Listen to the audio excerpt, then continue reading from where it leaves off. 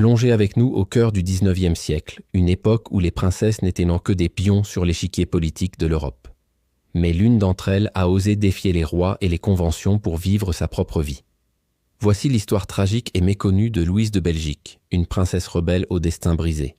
Née en 1858, Louise est la fille aînée du roi Léopold II de Belgique, un monarque puissant mais un père froid et distant. Dès son plus jeune âge, elle grandit dans l'opulence des palais, mais aussi dans la solitude d'une famille où l'affection est une monnaie rare. Son père ne voit en elle qu'un atout diplomatique, un mariage à arranger pour consolider le pouvoir de la Belgique. Louise, elle, rêve d'autre chose. Elle dévore les romans, se passionne pour l'art et aspire à un amour sincère, à une vie où son cœur aurait son mot à dire. Mais les rêves d'une princesse pèsent peu face à la raison d'État. À seulement 17 ans, son destin est scellé. On la marie à Philippe de Saxe-Cobourg-Gotha, un prince allemand, cousin éloigné, et de 14 ans son aîné. Il n'y a ni amour ni même tendresse dans cette union. C'est un contrat. Pour Louise, c'est le début d'un long cauchemar. Elle quitte Bruxelles pour Vienne, capitale de l'Empire austro-hongrois, et entre dans une cage dorée. Derrière les façades des palais impériaux et les sourires de convenance, le malheur s'installe, silencieux et implacable. Le mariage se révèle être un véritable enfer. Philippe est un homme austère, un militaire rigide qui ne comprend rien à la sensibilité et à la vivacité d'esprit de sa jeune épouse. Il la méprise, l'humilie en public comme en privé. Les disputes violentes deviennent leur quotidien.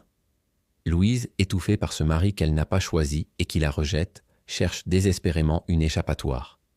Elle se réfugie dans les cercles artistiques et littéraires de Vienne, où son intelligence et son charme font sensation.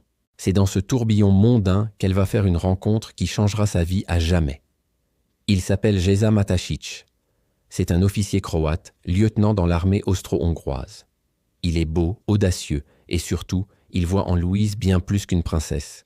Il voit une femme. Entre eux, la passion est immédiate, foudroyante. C'est un amour interdit, dangereux, mais pour Louise, c'est une bouffée d'oxygène. La première lueur de bonheur dans une vie de sacrifice. Ils vivent leur liaison en secret, mais un amour aussi intense peut-il vraiment rester caché? Les rumeurs commencent à circuler dans les cours d'Europe, et le scandale n'est plus très loin. Poussée à bout par la violence de son mari et enivrée par son amour pour Géza, Louise prend une décision radicale, impensable pour une femme de son rang à cette époque. Elle décide de tout quitter. Elle abandonne son mari, son titre, sa fortune, et s'enfuit avec son amant. C'est un acte de rébellion ultime contre un monde qui voulait la soumettre. Le scandale est immense. La presse européenne s'empare de l'affaire, dépeignant la princesse comme une femme dépravée.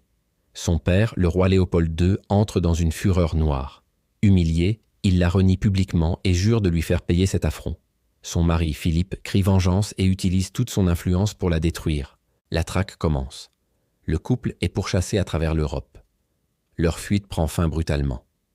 Géza est arrêté, accusé de falsification de documents et jeté en prison. Pour Louise, le châtiment sera encore plus terrible. Sur ordre de son père et avec la complicité de la cour d'Autriche, elle est déclarée mentalement instable. On l'a fait interner de force dans un asile psychiatrique. Le diagnostic officiel est folie morale. Sa véritable maladie, avoir osé aimer et désobéir. Pendant des années, elle reste enfermée, privée de sa liberté, de sa dignité, coupée du monde. Son seul espoir est Géza, qui même en prison n'aura de cesse de clamer son innocence et de se battre pour la faire libérer. Après 6 longues années de captivité et grâce à l'aide acharnée de Géza, enfin libre, Louise parvient à s'échapper de l'asile. Mais sa libération a un goût amer. Elle a tout perdu, son statut, sa fortune colossale dilapidée par son mari et le respect de sa famille. Rejetée de toutes les cours royales, elle retrouve Géza, l'homme pour qui elle a tout sacrifié. Ensemble, ils vont vivre une vie de bohème, souvent dans la pauvreté, errant de ville en ville. Malgré les épreuves, Louise ne perd jamais sa fierté. Pour survivre et pour rétablir son honneur, elle décide d'écrire ses mémoires intitulées « Autour des trônes que j'ai vus tomber ». C'est un témoignage poignant, une plongée dans les coulisses hypocrites de l'aristocratie et un cri de révolte contre l'injustice qu'elle a subie. Elle y dénonce la tyrannie de son père et la brutalité de son mari. Elle écrit « On m'a volé ma liberté, mais jamais mon âme ». Louise de Belgique s'éteint en 1924 dans la solitude et le dénuement. Son histoire est celle d'un sacrifice, le prix exorbitant qu'elle a dû payer pour sa quête d'amour et de liberté. Elle fut une victime de son temps, mais aussi un symbole puissant de résistance féminine. Une princesse rebelle qui, face à la raison d'État, a choisi d'écouter son cœur quoi qu'il en coûte. Merci d'avoir suivi cette histoire fascinante.